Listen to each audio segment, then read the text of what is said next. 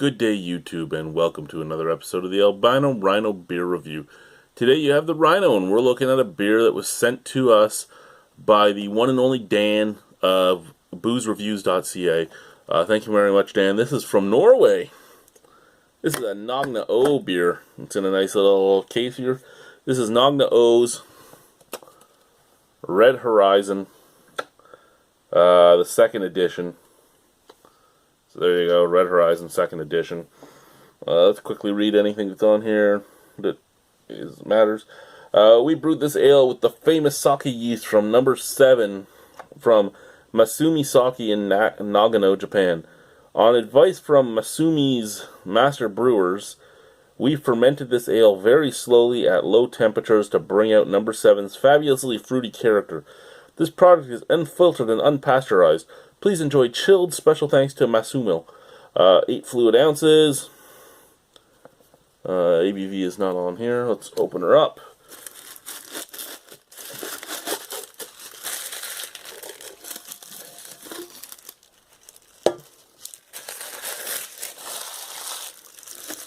Alrighty. 13.5% alcohol. Oh God. And I have not chilled this. It says enjoy chilled. It is not chilled. I don't personally like following the chilled rule. Yeah. We want to save these caps for our good buddy, the punter. So we will take this cap off as gently as we can and hope for the best.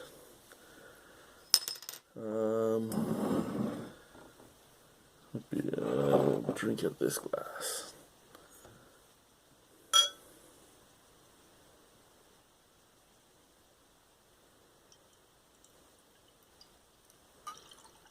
I'm a little scared. I've only had like 2 sakis, and they are not known to be good sakis. They're known to be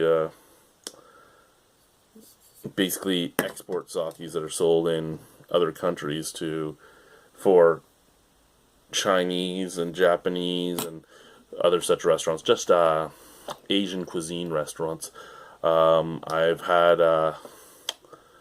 some sake at a Chinese restaurant where I work, and it was Hitashuru, I believe it was. And then I've had another one with ghee at a sushi place here in the Falls.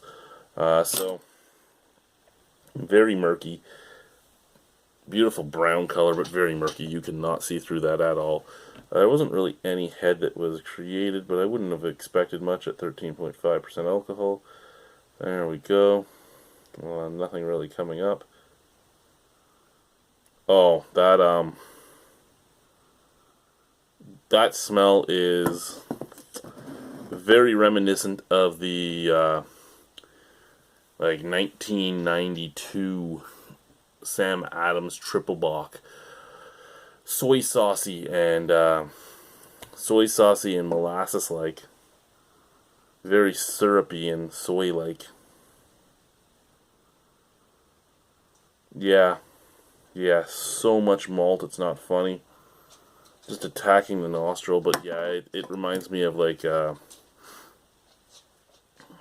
marinade you'd use on like some, say, teriyaki beef jerky.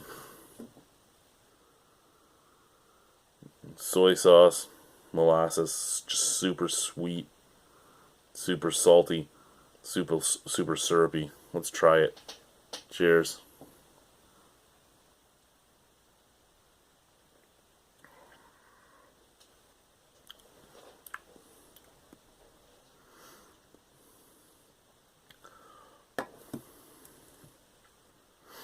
Okay, first and foremost, this is 13.5% alcohol.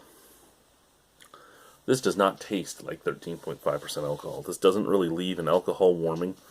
It's not astringent. It's kind of scary. That being said, it is not as soy sauce syrupy as it smells. And the taste is fucking weird. It's fucking weird. I mean, it might be quite akin to a sake, but again, I'm not familiar enough with sake to know how this rates in the sake world.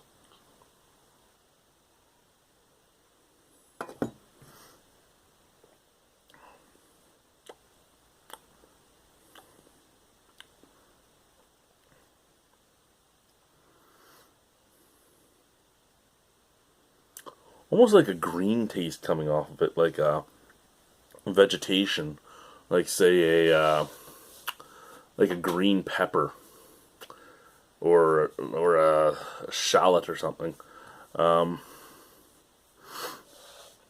So a green vegetation-like taste, kind of like a murky, dirty taste as well.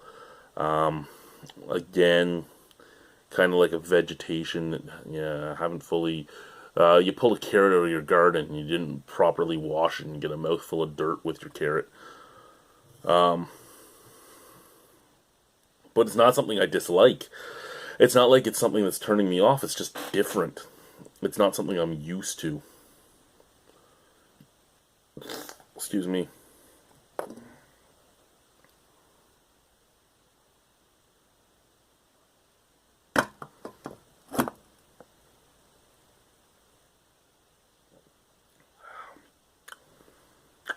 I'm going to be drinking this slow. I'm going to be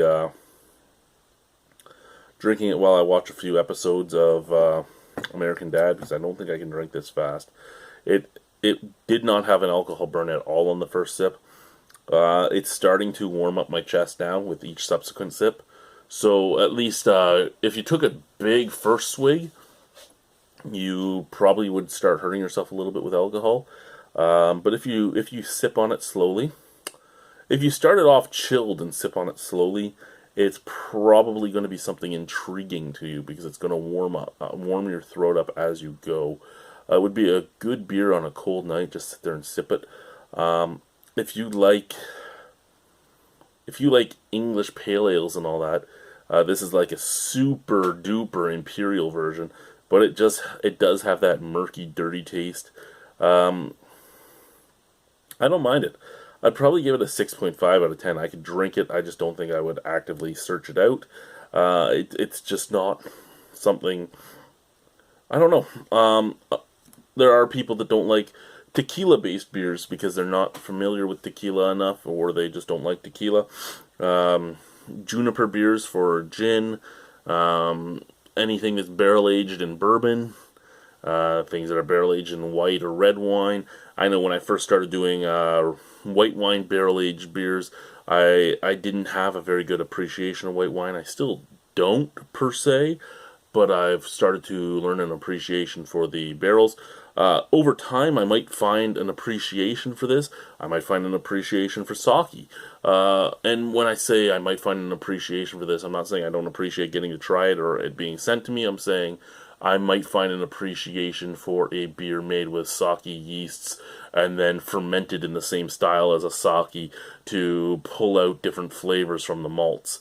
But as we are right now, I can't really say I'm at that point. I can say that I don't mind the beer. I think it's an intriguing beer. I think it's very different from a lot of things that are on the market, and if you get the chance to try it, you probably should.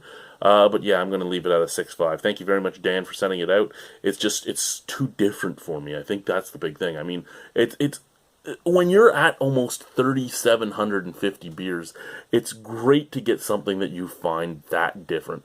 So for that, I really do applaud you. Thank you very much for sending it out. Thank you, guys. Bye.